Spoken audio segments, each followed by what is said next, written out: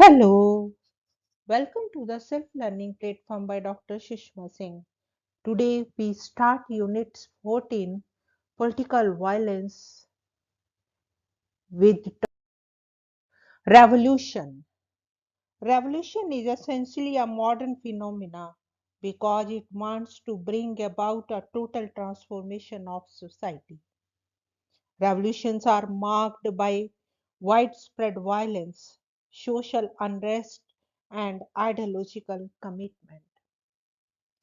The new revolutionary ideology is radical, rational, democratic, and universal.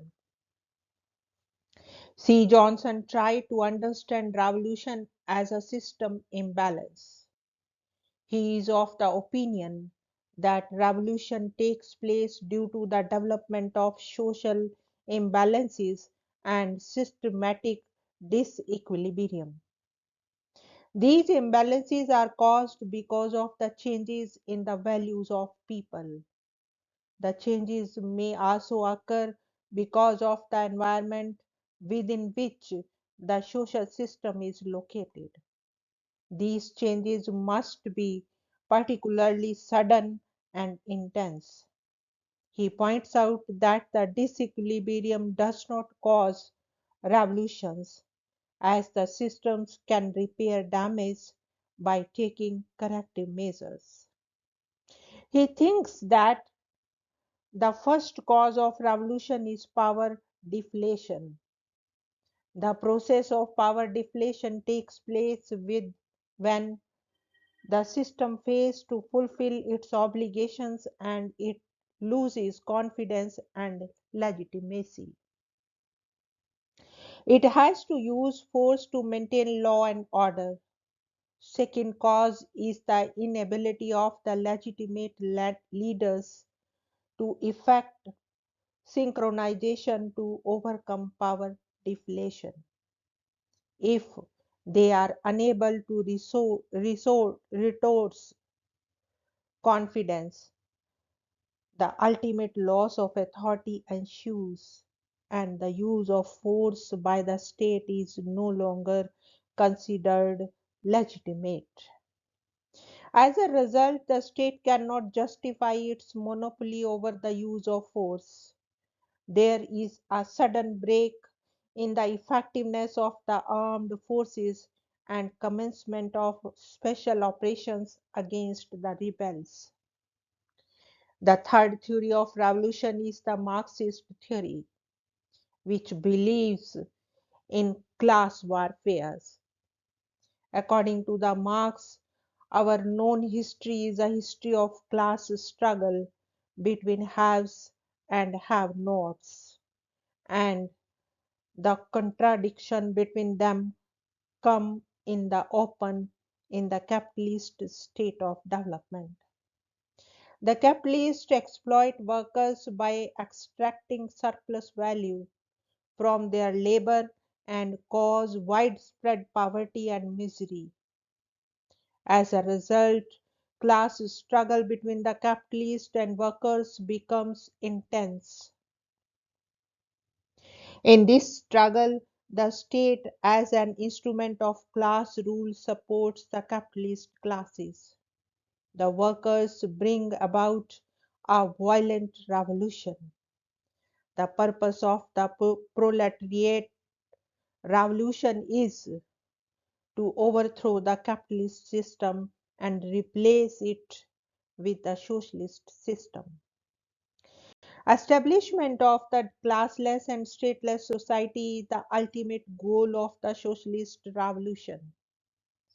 All these three theories point out that violence plays an important role in revolution because the revolutionaries want to challenge and end the state's monopoly over the use of force, and they want to establish their own control over the state.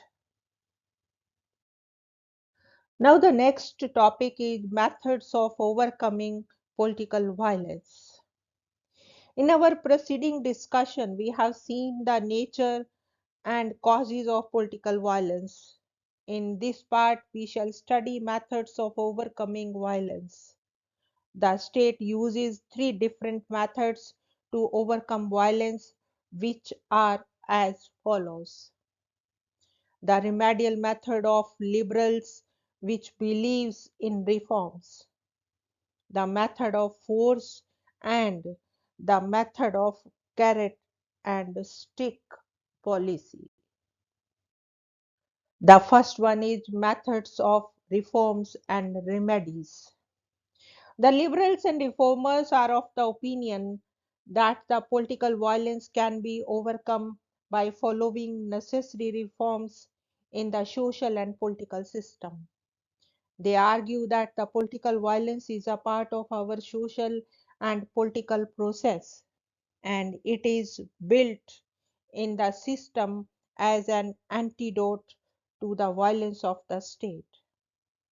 Hence, it is necessary that the government should take remedial measures to reduce dissatisfaction and anger of the people.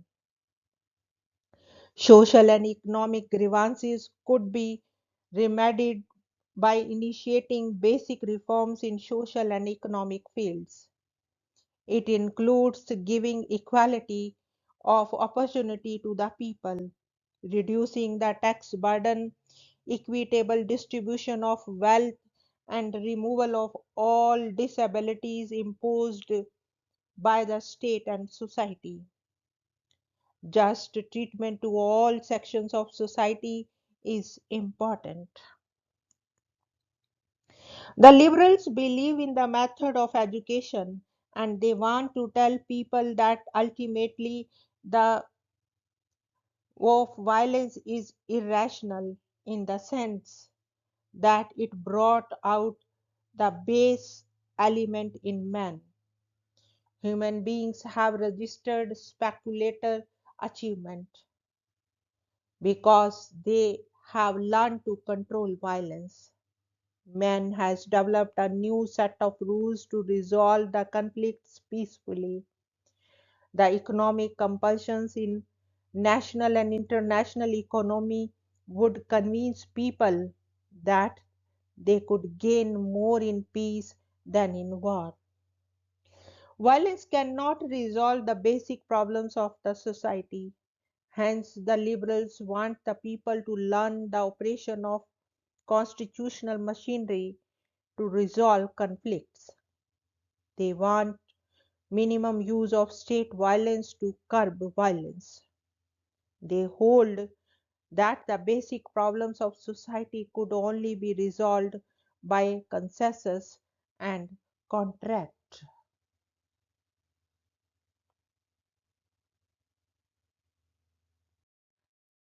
The next method is the method of force. Those people who take recourse of the method of force believe that the rebels have consciously chosen the path of violence and they cannot be persuaded to abandon it. Violence of rebels can be countered by superior violence of the state, because if you cannot kill rebels, you will kill you. The state should strengthen its intelligence and try to penetrate the inner rings of terrorists. It should follow the policy of dissension and punishment and isolate and confuse the rebels. Kautilya, in his Arthashastra, suggested that the king should initiate action against the leaders of the revolt, because it is the leaders who provide leadership to the revolt. In no case should he use the force against the multitude of people, because it may result in a widespread bloodshed. He should devise his response taking into consideration the position of different classes of the people, and should see it to it that the foreign support to the rebels is cut off. Though he suggested the use of force against revolt, he was quick to point out that the cause of revolt must be addressed. The next one is the policy of carrot and stick. The carrot and stick policy is a dual policy which aims at driving a wedge between the moderate and extremist elements in the opposition. The government can offer rewards and concessions to the moderates, but at the same time, it can continue its military operations against the extremists. If the moderates are able to generate support for a deal with the government, the extremists lose the support in the process. They become ineffective. But if moderates fail to generate support, the extremists may brand them as the agents of the government and destroy their support base. Hence, the method of carrot and stick has to be used very carefully. The state can use different methods to overcome violence, but it must first try to remove the causes of revolt. Kautilya said that by merely killing the rebels, rebellion cannot be stopped. It is necessary to remove the cause that is giving birth to new rebels. As we have seen, it is the state practices that give birth to violence because it is not rebels or terrorists who divided Ireland or drove Palestinians to exile or imposed white rule in South Africa or killed thousands of innocent men in Iraq. State violence is the womb of terrorism. Betrayal and humiliation is its cradle, and revenge is its mother's milk. Therefore, the states which are committed to their imperial interests by force are unlikely to recognize that the political violence and terrorism are both a response to their policies as well as an imitation to their style. The states should reorganize their policies on the basis of justice and fair play and stop continuing the oppression of classes, nations, and ethnic communities so that the root cause of violence is removed. Now let us sum up the unit. In this unit, we have studied different aspects of political violence in the modern times. Political violence is built in the political process itself because the state seeks to monopolize the use of force. There are different causes of political violence, but loss of legitimacy of the government and inability of the political system to accommodate demands of different sections of society are the important causes. Religious and ethnic differences also play an important role in encouraging violence. Political violence assumes different forms, including turmoil, sporadic violence, and internal war. In modern times, revolution is an important form of political violence because it seeks to restructure basic social, economic, and political institutions of the society. The state uses different methods to overcome violence. Those who support the democratic system argue that the political violence can be overcome by redressing grievances of the people, by reforming the system, and by devising constitutional remedies which provide for peaceful resolution of social and political conflicts.